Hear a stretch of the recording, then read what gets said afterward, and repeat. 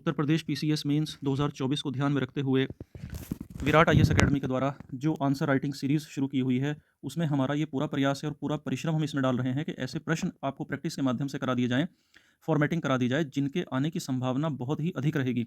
और इन प्रश्नों के माध्यम से न केवल आपको अति संभावित आंसर और प्रश्न मिलेंगे, बल्कि इसके साथ-साथ पूरा सिलेबस भी आपका रिवीजन हो जाएगा क्वेश्चंस के माध्यम से, ताकि आपके सिलेक्शन की जो संभावनाएँ हैं, वो बहुत ज़्यादा बढ़ जाएँ।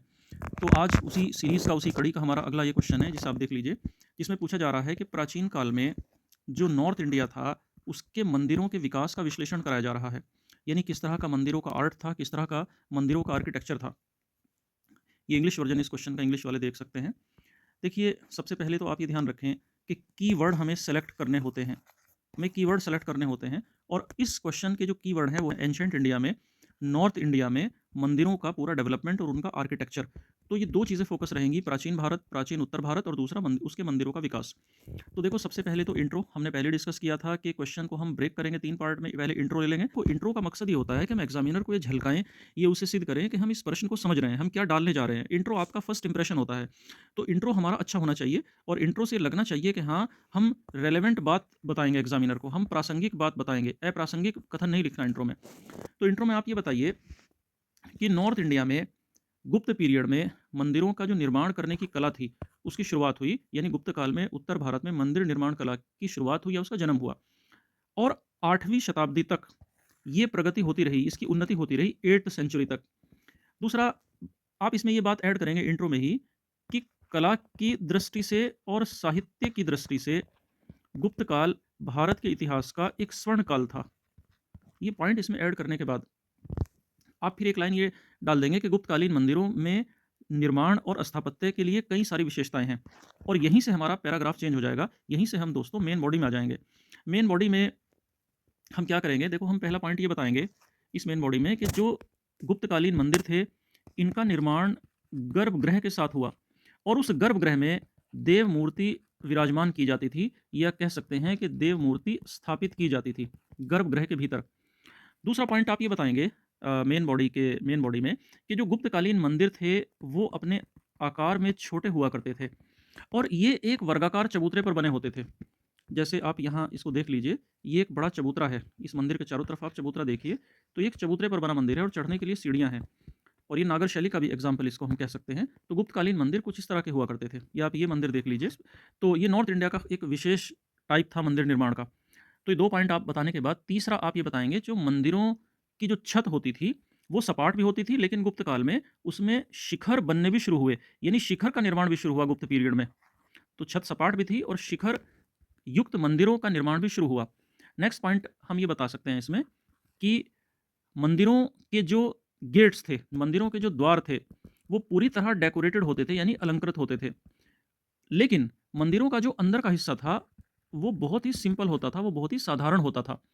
और गेट पर ही गंगा और जमुना की प्रतिमाएं रहती थीं। उत्तर भारत में देखो, अनेक मंदिरों के उल्लेख मिलते हैं जो गुप्ता पीरियड के हैं। जैसे नागौर का जो भुमरा का शिव मंदिर है, नागौर का ये भुमरा का शिव मंदिर है राजस्थान में। इसी तरह सिरपुर का ये लक्ष्मण मंदिर है। इसी प्रकार से जबलपुर का निगवा विष्णु मंदिर है। इसी प्रकार से ये नचना कुठारा का पार्वती मंदिर है मध्य प्रदेश में। उदयगिरी का विष्णु मंदिर है। तो और गुप्तकालीन स्थापत्य, मंदिर स्थापत्य कला का जो सर्वश्रेष्ठ नमूना माना जाता है, वो है झांसी में देवगढ़ का दशावतार मंदिर।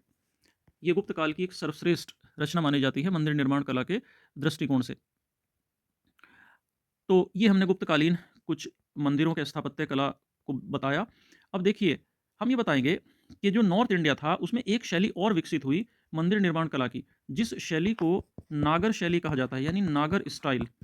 अब ये जो नागर स्टाइल था मंदिर के कंस्ट्रक्शन का, मंदिर स्थापत्य कला का, इसकी सबसे बड़ी बात ये थी कि पूरा का पूरा मंदिर एक बड़े चबूतरे पर बनाया जाता था। एक विशाल चबूतरे पर बनाया जाता था और उस तक पहुंचने के लिए सीढ़ियां हुआ करती थी। ये नागर शैली थी। जैसा कि मैंने आपको यहाँ आप देखिए, देखिए ये नागर शैली है, ये चबूतरा है। आप ये नचना कुठारा का पार्वती मंदिर देखिए और ये सीढ़ियाँ जा रही हैं चढ़ने के लिए। या आप यहाँ देख लीजिए, ये नागौर का भुमरा मंदिर है, ये चबूतरा है और ये सीढ़ियाँ जा रही हैं ऊपर। ये आप यहाँ भी देख सकते हैं।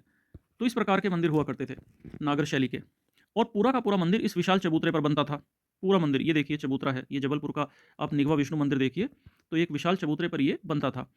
और उस तक पहुँचने के लिए सीढ़ियाँ थी। नॉर्थ इंडिया में उनके कोई चारदीवारी नहीं थी। नॉर्थ इंडिया के मंदिरों में कोई चारदीवारी नहीं थी, जबकि आप देखें जो दक्षिण भारत के मंदिर थे, वहाँ चारदीवारी भी थी दक्षिण भारत के मंदिरों में, और वहाँ गेट भी थे, वहाँ द्वार भी थे, लेकिन उत्तर भारत में ऐसा नहीं था। उत्तर भारत में जो नागर शैली थी, इसमें घुमावदार गुंबद था, या कह सकते हैं घुमावदार शिखर इसमें होता है। तो घुमावदार गुंबद है जिसे शिखर कहते हैं। और नागर शैली के जो मंदिर हैं, उन्हें इस शिखर के आधार पर कई सारी श्रेणियों में इनको विभक्त किया जा सकता है। कई सारी इसकी श्रेणियाँ हैं, कई सारे टाइप हैं। जैसे एक श्रेणी है फमसाना। फमसाना फमसाना टाइप के जो बिल्डिंग्स होती थी, वो ज़्यादा चौड़ी और ऊंचाई में कुछ छोटी होती थी, यानी उसकी चौड़ाई बहुत ज़्यादा थी लेकिन ऊंचाई कम थी। जैसे आप यहाँ इस पिक्चर को देखिए मेरे साथ, ये फमसाना सीरीज़ का उदाहरण है, यानी चौड़ाई देखिए कितनी अधिक है लेकिन ऊंचाई बहुत अधिक नहीं है। तो ये फमसाना कैरेक्टरिस्टिक है। तो ये पॉइंट्स बताने के बाद आप इस आंसर का निष्कर्ष करेंगे, कंक्लूजन करेंगे, और निष्कर्ष में लिखेंगे कि उत्तर भारत में जो मंदिरों का जो निर्माण शुरू हुआ, ये गुप्त काल में इसका जन्म हुआ, और गुप्त काल में ही ये अपने चरम पर पहुंचा, अपनी विकसित अवस्था में पहुंचा।